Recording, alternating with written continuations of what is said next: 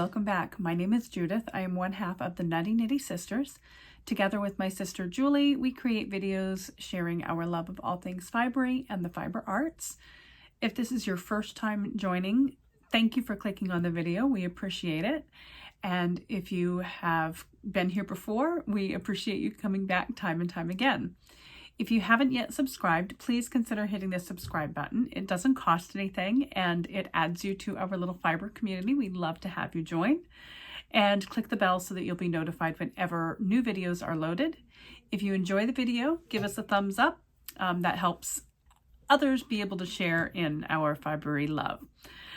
Today is day 5 of the Yarn Stash Restash hosted by Anne Frost of Ithoughtiknewhow podcast. And today we are diving into our double pointed needles. I do not have a lot of double pointed needles, so this was a fairly quick exercise for me.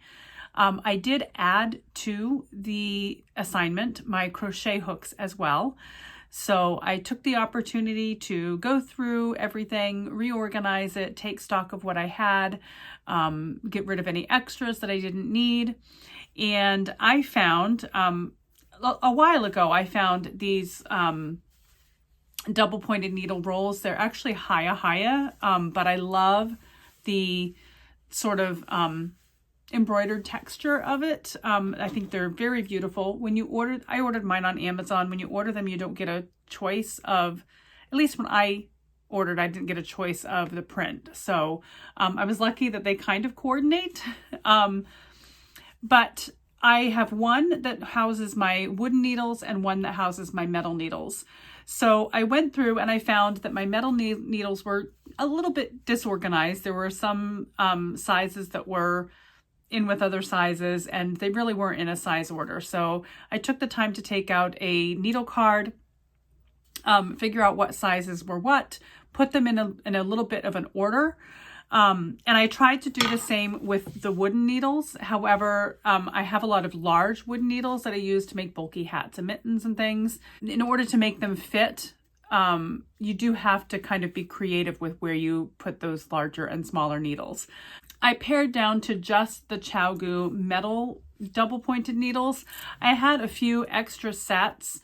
I believe I got these when we were on a yarny adventure and I got to the toe of a sock and I needed DPNs. So I purchased just the Walmart, department store brand DPNs. So these are a bit longer than the ChowGoo. I like them just fine. They work great, but I don't need that many size 1 needles. So these are going to go in the gift box. And then my wooden DPNs, I do have 2 size 1 sets because they are so thin and I am so afraid that I'm going to eventually break one that I'd like to have a spare pair. So other than that, this is just a complete set. My ChowGoo metals aren't a complete set, but they go up to like a 9, I think, which is all I have needed so far. And I do have 10 and a half, and I think 13 of the wood. So I don't have a need for the metal larger ones right now. And if I ever need them, I will, I'll certainly add them down the road.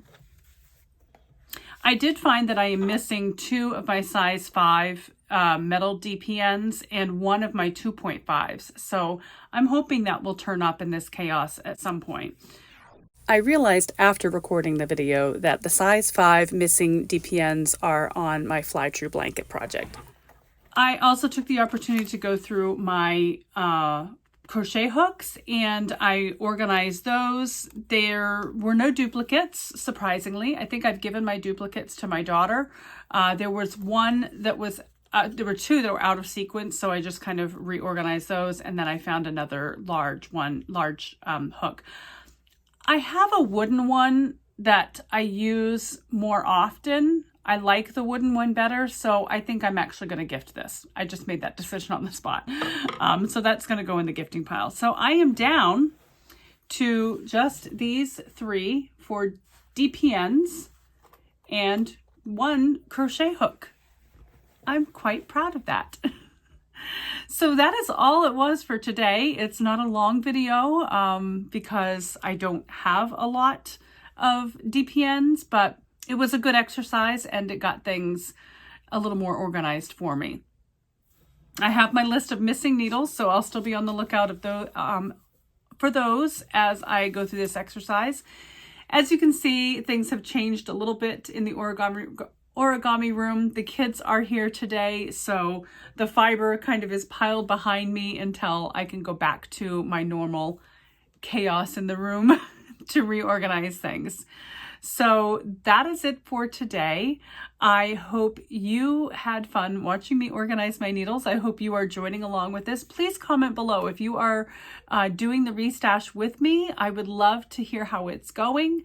If you have another time that you do this or another method, I would love to hear about that as well.